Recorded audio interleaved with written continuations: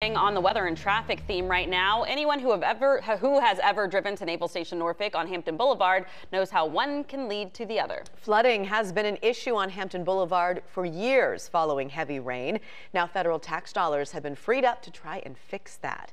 10 on your side's Brett Hall says we could learn more today about when a project may start. Hey, Brett. Good morning, Katie and Aisha. Yes, Senator Tim Kaine and Congressman Bobby Scott, both of whom have an election coming up within the next year, will be holding what they call a celebration today for securing $2.4 million that'll go towards improving Hampton Boulevard. Specifically, the money will help cover the majority of a project to try and mitigate flooding on the roads that leads to the world's largest Navy base. Again, right now a heavy rain can bring traffic to a screeching halt there. I've experienced it.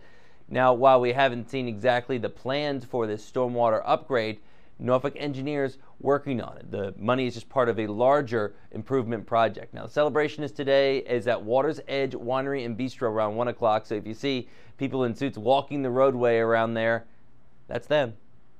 Live, Brett Hall, 10 on your side.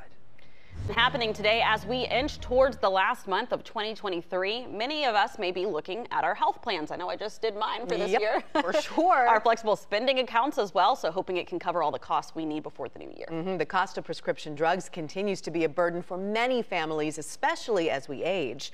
Today, a discussion will be held on exactly how to solve the problem. 10 on your side's Brett Hall joins us now with more details. Brett? Yeah, it's a stress for a lot of people. Again, open enrollment ends today.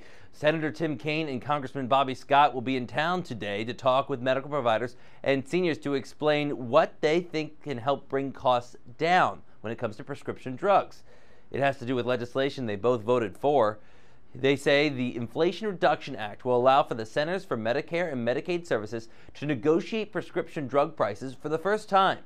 10 drugs covered under Medicare Part D, which are among the costliest for the Medicare program without generic competition, will be eligible for the program.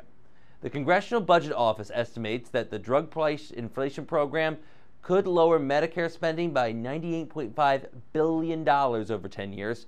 But of course, a lot of questions remain. What will this mean for pharmacists? Studies have found that the structure for reimbursing pharmacists have a negative effect on the profitability for them when it comes to Medicare. The discussion begins at 9:30 this morning at the Senior Services of Southeastern Virginia. Brett Hall, 10 on your side.